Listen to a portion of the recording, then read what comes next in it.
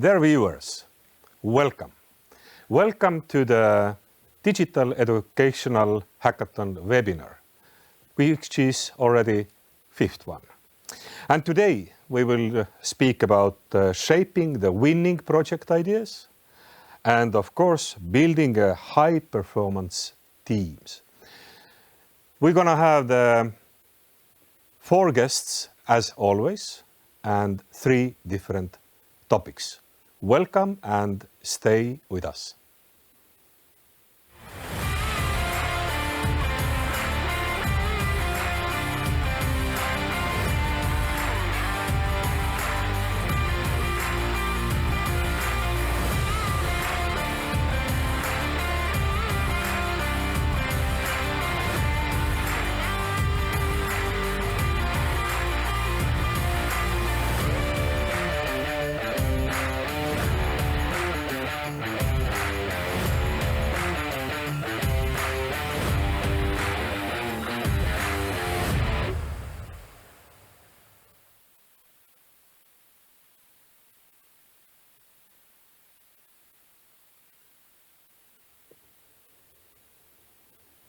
Welcome back.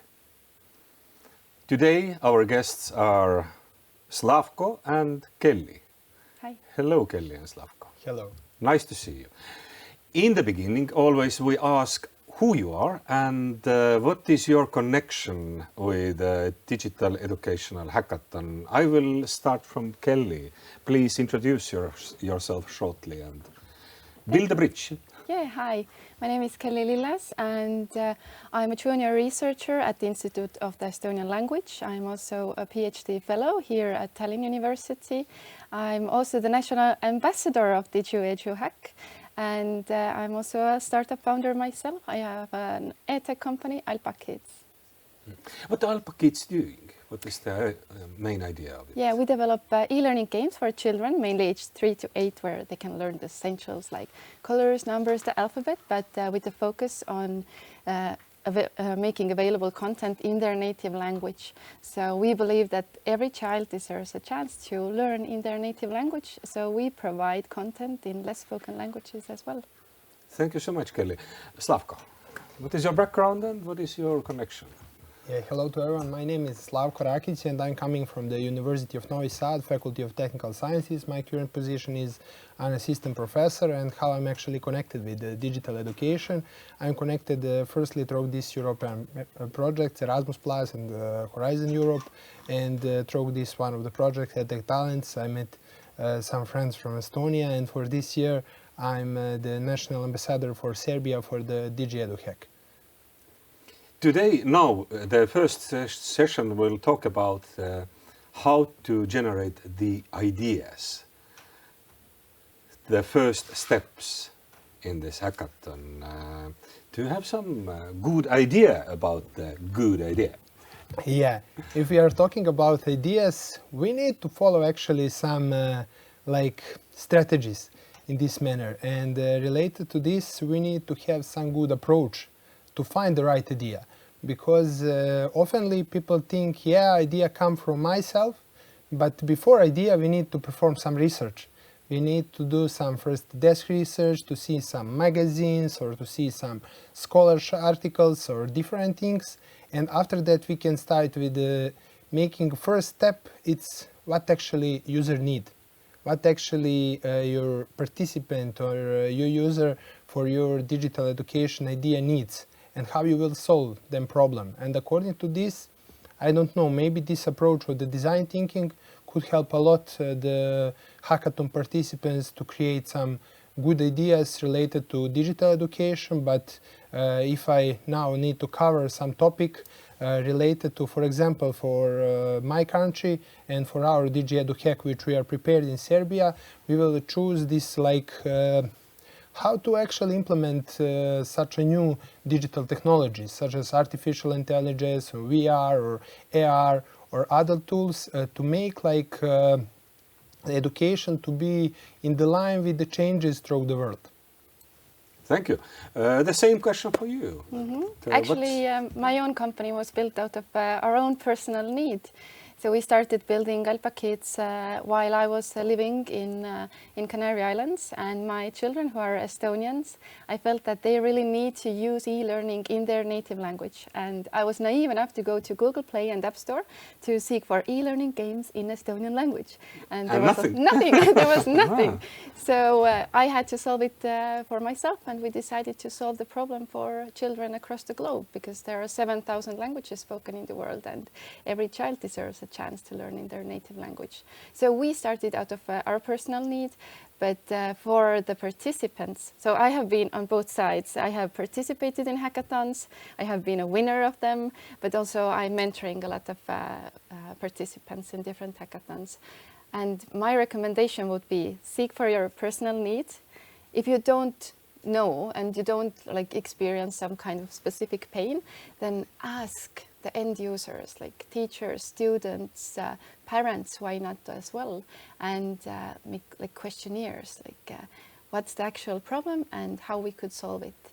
And if there's an actual problem, there is potential paying customer, because you have to keep in mind sustainability as well, then turn to researchers and ask them as well, what would be appropriate for this solution. So the best is to go to the grassroots, to understand the user problem, and are there the problems with the technology or studying process where the technology can help, then this could be the best one. And maybe to say loudly out the problem that it is behind it. In the last webinar, there was a discussion about the problem, how to define the problem in such a way that it's going to be the solution. Is this true? Yes, definitely, definitely. You have to have a rather narrow scope at first, because the problem has to be so simple that even your grandma would understand what's the problem and what would be the potential solution. It has to be made very simple. Sometimes they say that vision is better. That's if you're thinking about the problem and problematic and everything is connected with the problems, then it's kind of the way possible to find a solution. Another way is to have the vision. Are these kind of little conflict between of them or not, Slavko? I'm not sure. I also follow this keep it simple. But if you are going by KISS model. Yeah, KISS model. Yeah, by management perspective, if you are going through this theoretical background, we have strategies. After that, we have some visions, some missions, and some objectives. Values. Yeah. And related to this, I think so that maybe we actually need to find the clear problem, the simple problem, which we would like to solve. If we go I will solve all problems in digital education, that is not possible. I would like to only solve this one, but then I need to start. Actually, I have my end user. I need to know what actually affect them. What are the negative trends to our end user? What are the positive trends? How I can help them with my solution? And what are opportunities which new I open for them with my digital solution? If I don't make some additional value for them, it's not about vision. You need to have the clear objectives, because it's not on the top level. It's not like some policy. It's some practical solution which need to help future generation. From my point of view, the most important thing is to understand the needs, as I mentioned before, and what actually affect our persona canvas or end user, and how we actually can help them with all of our different solutions which we can provide now in this digital environment. Because if we are talking about positive trends, there are too much positive trends which support digital education. But if you would like actually to take a look, we stay much more to follow some traditional things. Maybe COVID changed something, but I'm not so sure that digital tools still to be used after COVID in the proper way. Because of that, I think these digital education hackathons help some young generation or some researcher to bring the new knowledge and to stay with these trends of digital things, because we are now living in digital world. That's for sure. Kelly, What are the questions you ask as a mentor from the groups to evaluate their ideas? Is this idea proper idea, let's say, to work on? Well, typically I ask, what's the aim of participating in a hackathon? Do you want to win, or you just want to have a good time and like expand your network? And also about the background of the people in the team, because very typically there is something lacking. Is it like the development team is like they don't have anyone there, or I just met a team that were building some like in the field of psychology of children, but they were only developers. And they had no one from the psychological side. So definitely this is the part like where like are you lacking in the team? What's the aim? And then we go more deeper into the solution and the problem part of the things. You want to add something? Some questions? I would In like the beginning. only to continue with Yes. this approach of Kelly. It's a really important thing when you create your idea to also in parallel to create your team. And you need multidisciplinary team. You need the people from different research fields. You need some IT guy who will understand digital technologies. You need some psychologists who understand how the system works. Content. You need some management guy who will lead the process. Some marketing guy who will actually sell. Because maybe it's not like, okay, we are on digital education hackathon and we make some prototypes, but why not to go one step forward, to make like the real solution and to sell it, because you have the like perfect environment, because you're on the European level, you can present your ideas, you start from your country, like on local level, and after that to go one step forward to European level, and your idea is actually on English, it could be easily sell. If you find Well-made pitch, yeah, and everything. well-made pitch. Yeah. One thing that we haven't mentioned here is the competition as well. Like sometimes we think, oh, I have an excellent idea. We will like do an MVP and then we're going to sell it. But oh my God, it's actually already on the market. So definitely check out the competition as well. Even there, if there is something similar on the market, then you have to figure how can I make it better or cheaper. Did you have any experience with these ideas, which was maybe in the beginning a little bit soft and goes away in the different directions, but in the end it was a good pitch and nice product, and maybe even in life? I think everything starts a bit foggy. Yes, that's for sure. Yeah. The mess in the beginning. Yeah, But some success stories. Can you share with us? I'm not sure. I think actually if the people, like let's say in the management part or like the ones pitching, they have a very, very like mindset towards very simple explanation of their product, then they will be successful anyways. But I have actually never seen someone with like bouncing ideas around, and then like it takes a lot of time, I think, to form it into a very tangible service. So no specific success stories I don't remember. Do you have? Slavka, do you?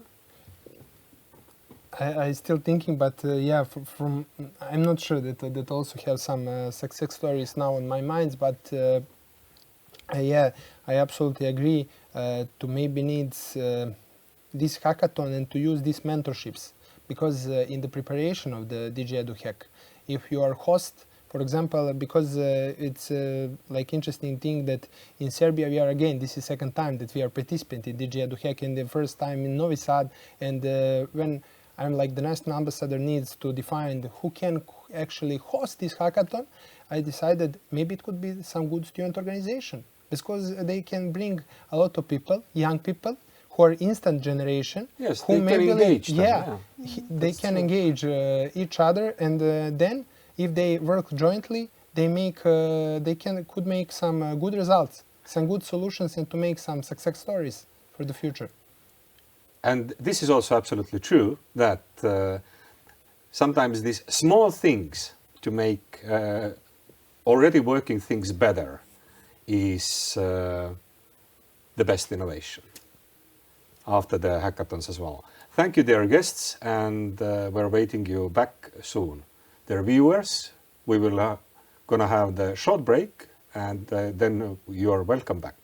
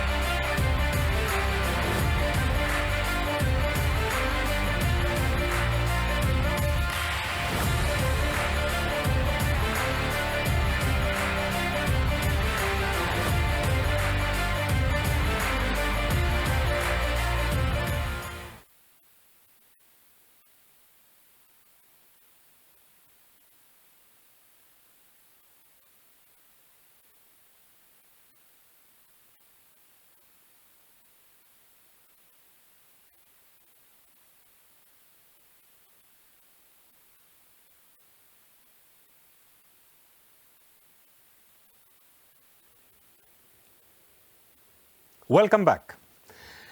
This session in our webinar about the Digital Educational Hackathon, we'll talk about the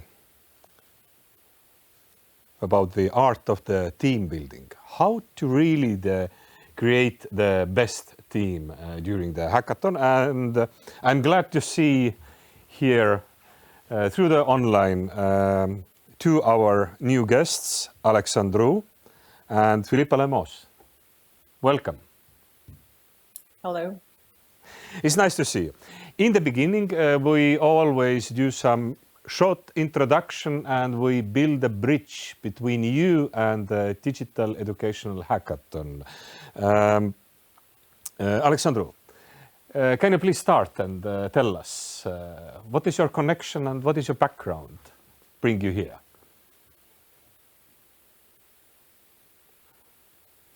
Unfortunately, we can't hear the Alexandru, but if I ask the same question...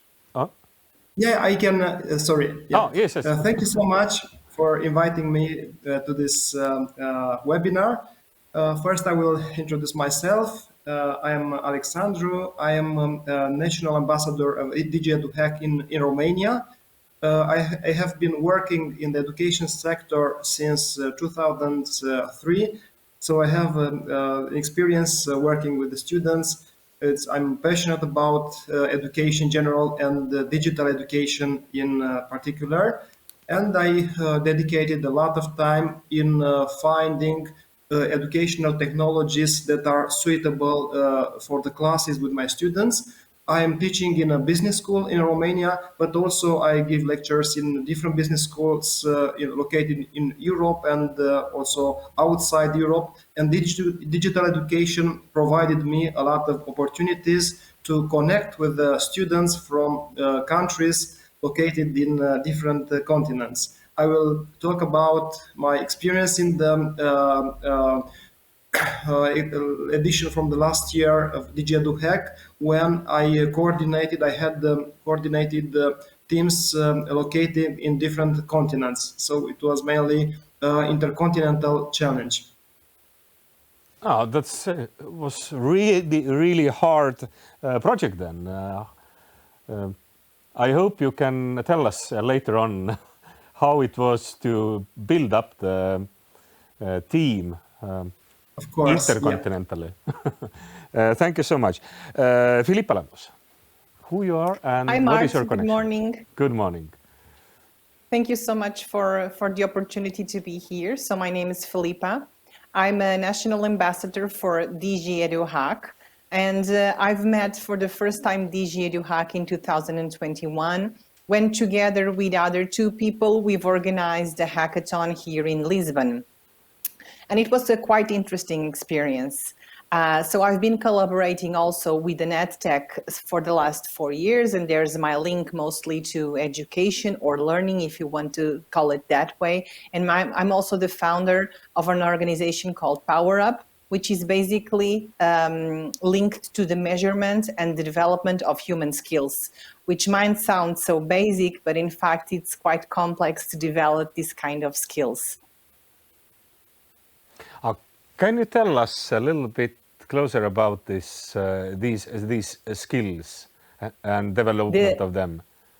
Yeah, so the human skills that we are mostly working on are the 4 C's. So it's collaboration, creativity, critical thinking, communication, and then also empathy.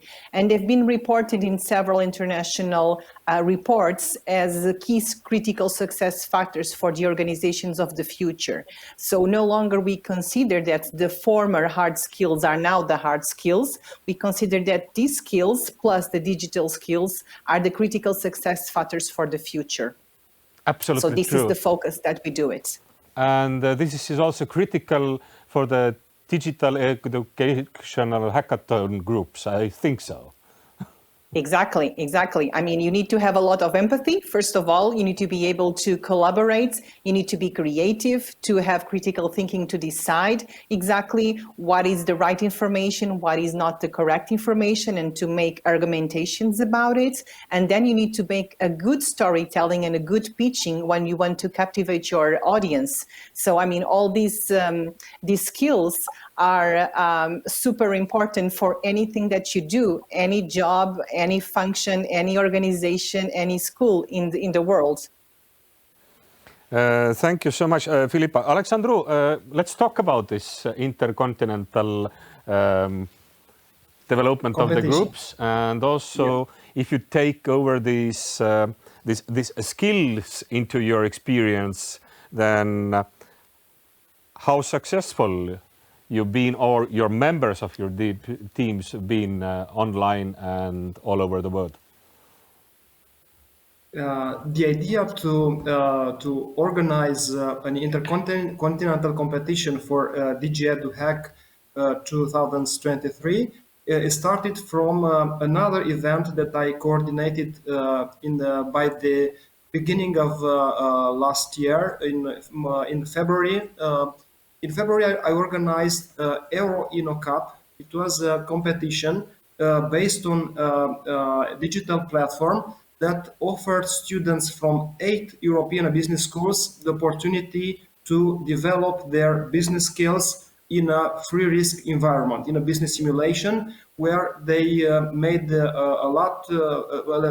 many decisions regarding different aspects related to a business model innovation.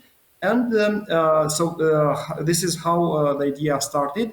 In September, I proposed to DigiEduHack the idea to host an online competition dedicated this time to teams of students from different continents. So each team should represent a country and a continent.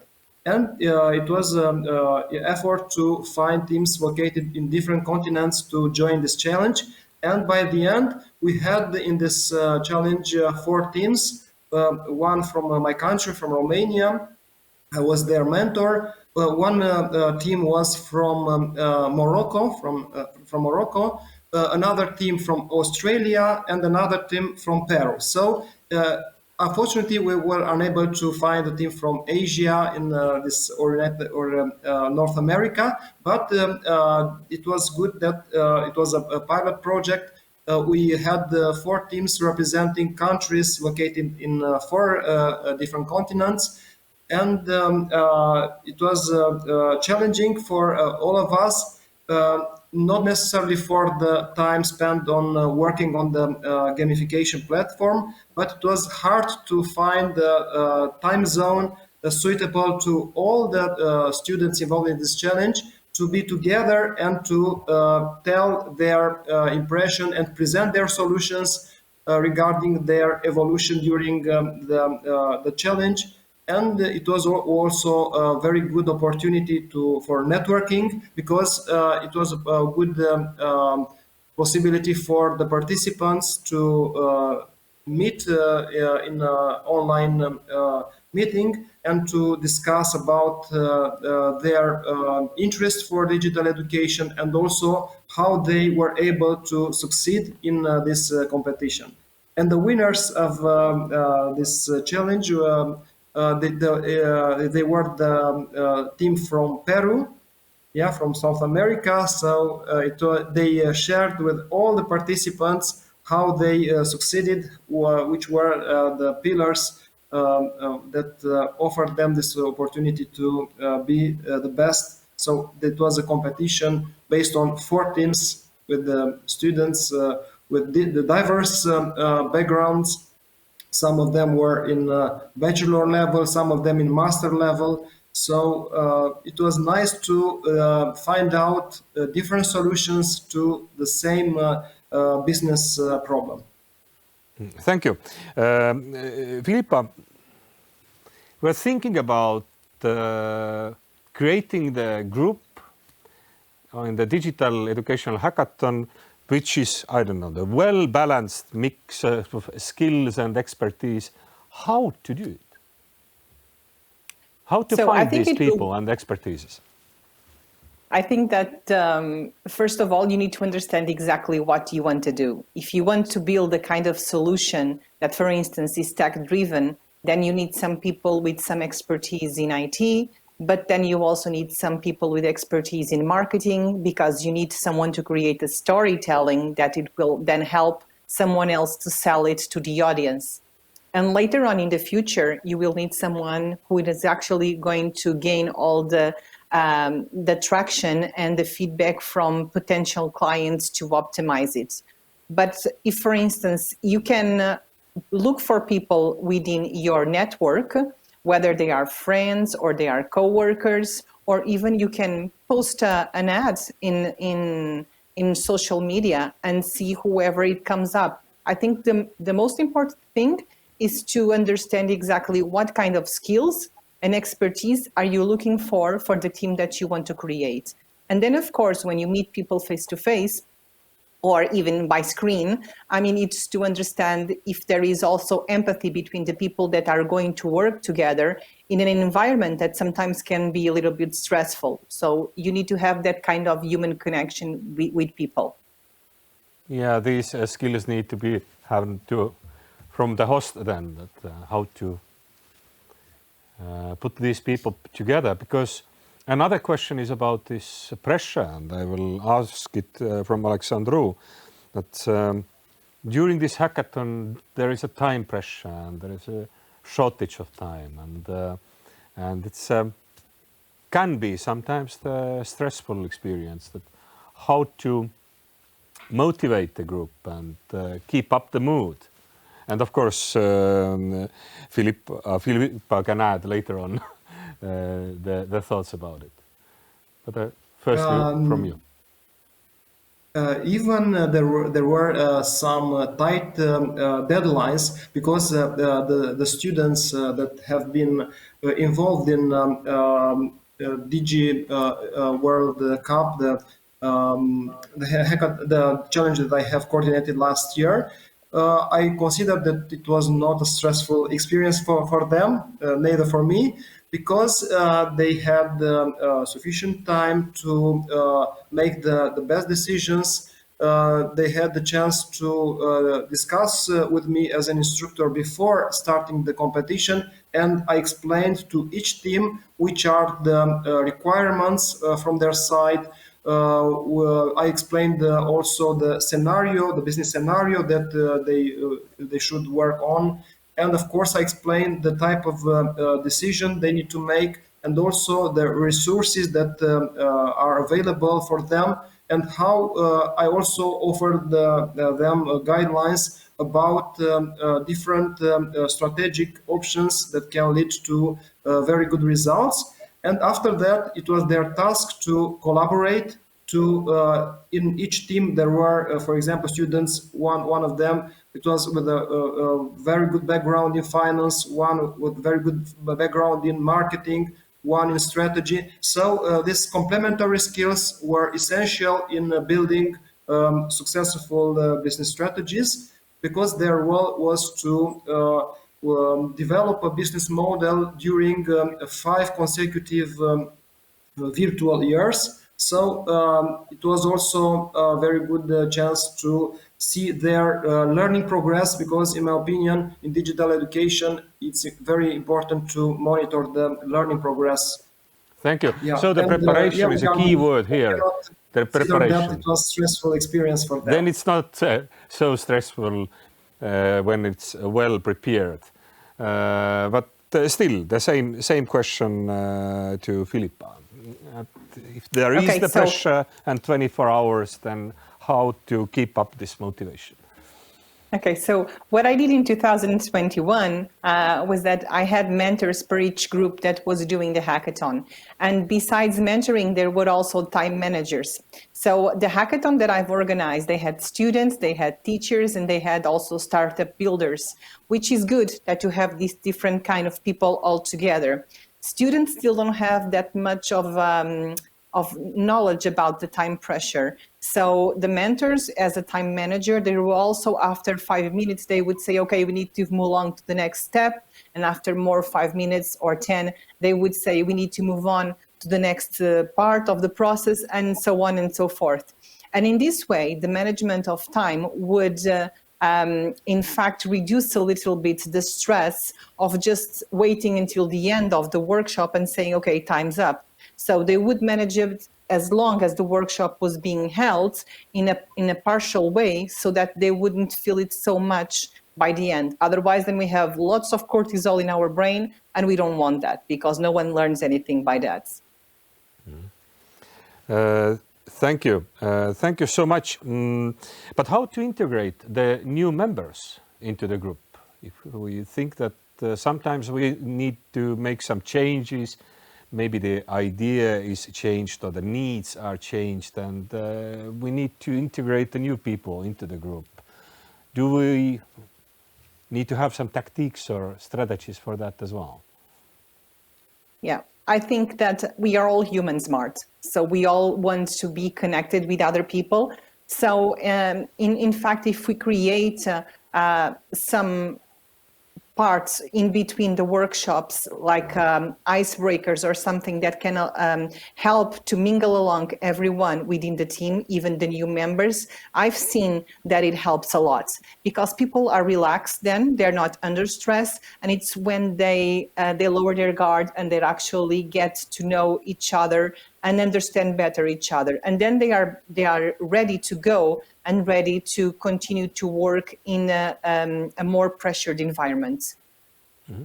Thank you. We have only a few minutes left until the end of this session, but same question to Alexandru, to have some hints or tips regarding of this topic as well. Regarding this important thing. I worked in the first instance with the team leaders. So it was the task of team leaders to recruit the team members, and also to motivate them in order to successfully achieve the results. So I first I discussed with the team leader, and the recruitment process started after that. And all the team members worked in a very good way, because I haven't heard any tension among team members. So the team leaders did a very good job by coordinating the work. So there were no problems regarding some students that were interested to quit the game. So all the teams have been focused on their objectives, and by the end, it was a win-win situation for all the teams. Even if one team won the prize, and I have sent by mail services the trophy to Peru. It took almost 3 weeks, or maybe more than 3 weeks, from Romania to Peru. But after that, I was so happy when the team from Peru sent me pictures with their trophy, and also I have sent personalized T-shirts with the name winners of World Cup. It was the name of the event. and I was so happy. They promoted a lot their success on the web page of their business school in Peru, and I saw on LinkedIn a lot of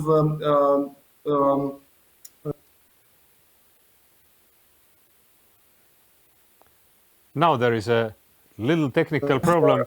Yeah, victory. now we can hear you again. Thank you, Alexandru. Thank you, Filippa, for sharing your experience and suggestions and whole hints and tips and stories. And we'll welcome you back already soon. All our guests will be here, all 4 guests. And also, after the session, the last session, you as a viewers, you have the possibility to ask me anything, which is interesting for you, and you can do it right now already.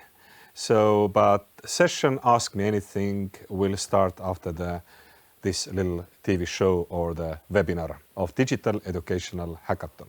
See you soon.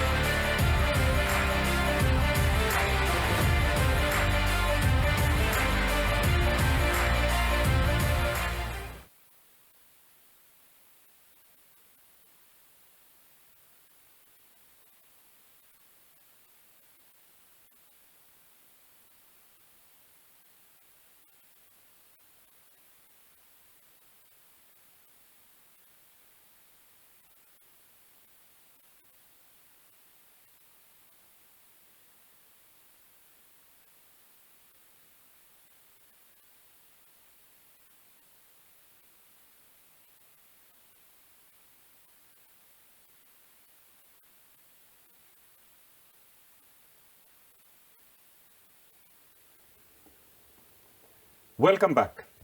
5th webinar of Digital Educational Hackathon, and all the guests are here. Welcome back. Thank you. Thank you. Thank you. Slavko, Kelly, Alexandru, Filippa, everyone are here. And we're talking about the projects. If you want to add something, Kelly and Slavko, about this, how to build up the project team, then please feel free. And it's connected with the project plan, I think so. These skills and knowledge, what we expect from the members of the team. But how to make a plan which is well-balanced details and in the same time enough flexibility? I would say that actually a plan is not that needed, because you have to iterate based on, for example, user questionnaires, feedback. You have to iterate constantly. So you might have a broad vision what you are building, but I wouldn't stick to a specific plan in that stage. Do you put into the plan, or let's say no plan, some relaxation that we need to relax, or some members of the team need to relax during these 24 hours? I would say no, because 24 hours is such a short time, so you can relax later or you can relax or before. Because time does matter, and if you have mentors and experts, you have to take the maximum out of their knowledge. So I would leave the relaxation part for later. Okay, thank you, Kelly. Slavko, about the plan. do we need to plan at all, or if we need, then what does need to consist? From my point of view, yeah, we have a lot of iteration during the creation of ideas, but from my perspective, we need to have some initial plan. We need to have some start point, which will help us navigate us through this process of creation of idea. And this plan needs to have some main touch points which are related to the actually hackathon aims, and to be like your guidance throughout the time of creation idea. And in this plan we need to understand who are actually our stakeholders, who actually are end users, who are actually we are, and what we are would like to do to product, like the last thing. But of course our flexible plan must be. Without flexible plan we cannot do anything, because we will change through this. Because when we see actually the idea of hackathon, and when we would like to attend to this hackathon, we need to prepare some plan. And through these mentorship programs we will change our plan to better fit our ideas with the aims of the hackathon. But during these 24 hours without rest, because you have only 24 hours to create something good, yeah, it will be a lot of iteration between different things, and you cannot have strict plan. You must be flexible to adopt your ideas related to all challenges which would be happened during this time.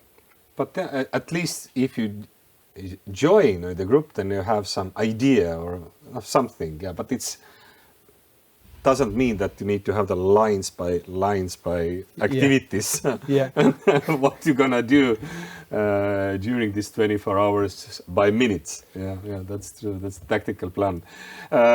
Same question about the plan. That if we need to have the plan, then Filippa, then what it need to consist, or do we need to plan at all? Well, I totally agree with what has been said. We first need to have some plans and guiding directions, but we need to be open to change it along the way, to iterate it, because it's when we start to have some feedback from our users or from the people who are actually developing something that we understand that the plan must be changed, and it always needs to be changed. It's never exactly like we created it first, but we need to have some guidelines in the beginning. So we do need to create something. Some agreements could be even that how we cooperate and what kind of platforms we use, and I don't know how the group will work. Is it a part of the plan? So yes, that, for instance, needs to be part of the plan. For instance, DigiEduHack, they have a very consistent set of material that it's created for people to be able to use. This is just an example. They have a lot of workshop types, for instance, that can be used throughout the hackathon. They have platforms that they suggest that people can use during the hackathon, or even to communicate outside the hackathon. So I think that all these needs to be included within that plan. Mm-hmm. Yeah, thank you. Alexandru, some addings. Yeah, I fully agree with Filippa. The team from DigiEduHack helped a lot in the planning of all activities. Regarding to in my own example from the last year event, I had to recruit first local mentors in different countries. After that, they helped me to recruit the team leaders, and the last step was to recruit the full team members. And the support offered permanently by DigiEduHack team was essential in this planning process. Of course, it was.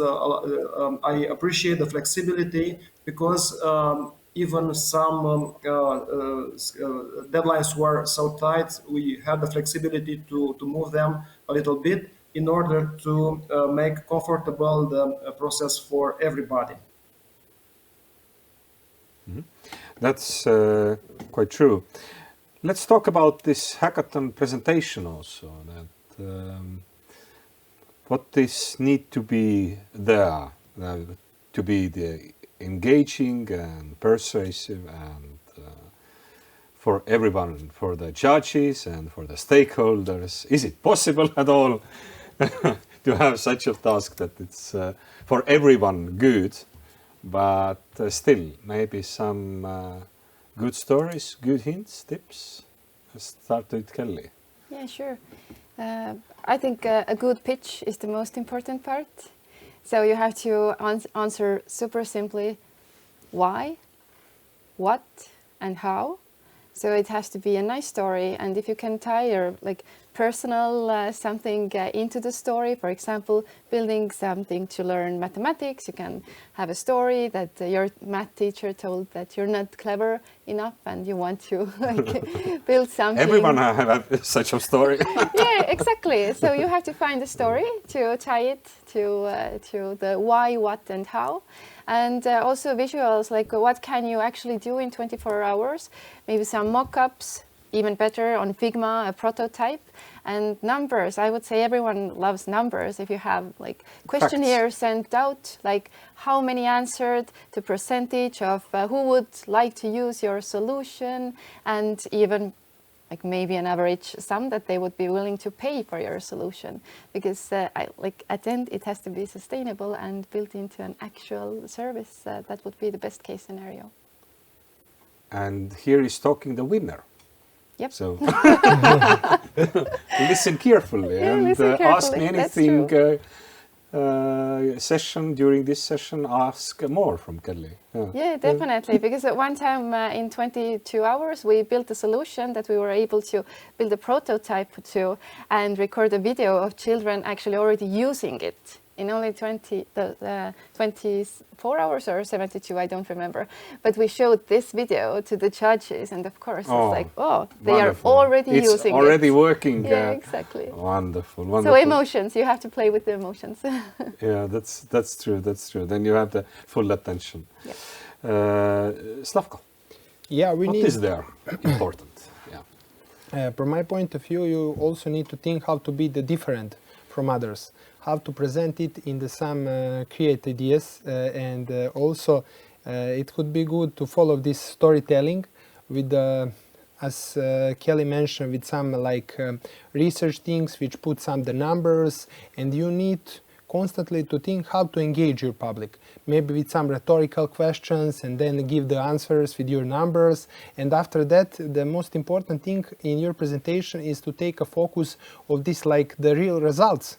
And in this, because if you have only 24 hours, maybe mock-ups or prototypes could be the solution. But you need to use the right colors, to have the colors which will engage your people to okay, I can follow this presentation. You need to make it to be much more interesting, because people are now instant.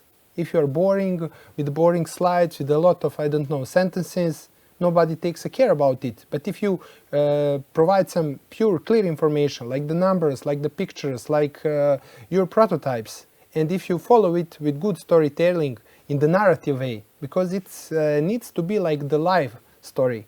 It's not to be okay, that is our presentation, and I don't know what to do with this. It needs to be yeah. And I'm tired already. Yeah, I'm tired, yeah. I spent 24 hours. Read it. Read it. No, you need to introduce. Confidence. Yeah, confidence. There is an energy need to be. Yeah. And you need to believe it. What to talk about. Yeah, yeah, definitely. You need to believe in your ideas and to present it as much clear, but to be creative and to make the interaction with the questions, with the different tonality, or I don't know, but you need to send, and you must know how to sell actually, because okay, maybe you made a good job, maybe you have the best solution, but if you don't know how to properly sell it, in this case, yeah, no one's gonna buy. Yeah, and you're not gonna be the winner then, unfortunately. But Filippa, do you want to add something or say that everything is correct and You have some... Well, they said it all. I mean, they were 120% correct. I agree 120% with Slavko and with Kelly. I would just add one little thing, is that when I organized the hackathon, the process that I taught people to pitch was the AIDA method. So you use the attention, the interest, the desire, and the actionable process to create all this attention, and then to create the winning project within the judge's mind. That was all. But I mean, Kelly and Slavko said everything. Thank you. Something to add from Alexander? I'm sorry, you're always the last on the list, so you can hear all the good ideas, and then you say, okay, this is good, this is good. But no, maybe. Yeah, it's really difficult to tell after the previous speakers. So I would add just a thing. The students, the players enrolled in the challenge I organized the last year. They learned a lot from failures, because they had this unique chance. They had 5 consecutive decision rounds, and for example, if in the second or the third decision round they failed, they learned how to better perform in the next round. So this was one of the takeaways from the gamification platform they worked on. So they were able to learn from failures and to succeed after that. And even in the real business life, it's the same. Yeah, we know that many managers, entrepreneurs, they told us that they learned a lot from failures. We need to consider this, because it's impossible for any human to succeed all the time, to perform very well each time. So learning from failures is also a good takeaway at DigiEduHack. Kelly told that one way to how to grab the attention, that you shown the video of a working application already, where the children was playing with it. But can you remember some other good ways or some examples from the groups how they grabbed the attention from the early beginning, or there was an interesting turnover during the presentation or something like that? Who wants to start can start. I have one example. In Estonia, we have one company. They are building this virtual chemistry labs with VR games. Oh, and yes, they I know always, about it, photo class. And they always wear the VR headset on their heads, and it always grabs attention. So this is one way to have something visual. on you, something visual. Yeah. Why not? You want to add? I can share another story. Oh, okay. Or Slavko, if you want, go on. Filipa, you can Go? continue. Yeah. Okay, so in the hackathon that I've organized in the past, some of the students and teachers that were doing it, they started off with a small theater, but with some strong sentences in the beginning that called out the attention of the jury. And I believe this was very effective, because the jury was completely focused on what they have to say afterwards. So it was like a theater in the beginning, yeah? Yes, they did it. So there was did it a like scene a theater. and some kind of the interaction between the actors. Exactly. Were the members of the But group. a very quick and powerful thing that they created, and then they did their pitch afterwards. So everything was done, I think, in 3.5 minutes, as far as I can remember. So this was quite interesting to understand how kids can actually be so creative. Mm-hmm. Thank you. Slavko, you want to add? And then Alexander, as usual. As usual, yeah. And it was the perfect that Filipa shared her story, because I can jump in this, because when you heard your question, I started thinking, what was the best like practice from some projects or something like this. And during some of these Erasmus Plus projects, we made some workshops for students. And one group of students from Germany, I never will forget it, they make the same thing, like, but not the theater, only 3.5 minutes, all 10 minutes, they share the role between themselves. Like two of them are users with different needs, and they start to storytelling between themselves their problems.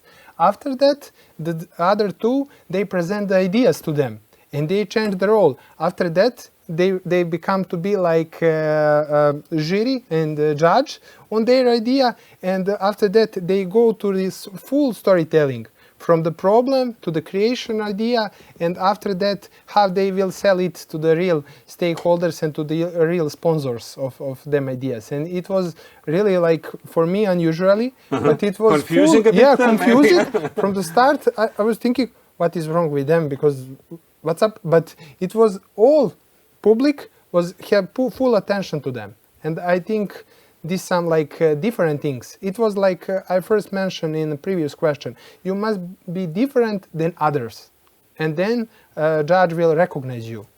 But you shouldn't overdo it. Yeah, that's also the one thing to keep it in balance. Yeah. Alexandru, do you want to add Yeah, something from your experience? I would like to add something related the way how the teams were engaged during the hackathon, the event. So even the teams were located in different continents or different time zones. Each team was able to see in real time the results of their peers, of their competing teams from the other countries. So they were engaged all the time. For example, the team that was on the first place after the first decision round was motivated to keep up with the good work, while the other teams tried to do their best to better perform in the next rounds in order to be on the first place. And there were a lot of changes in the leaderboards due to the decisions made and, of course, the results, the KPIs that each team obtained. Thank you, Alexandru. Thank you, Filippa, Slavko, and Kelly. This webinar is now over, but we will start with the session Ask Me Anything. So dear viewers, please stay with us, and the new TV show or the TV webinar will start soon.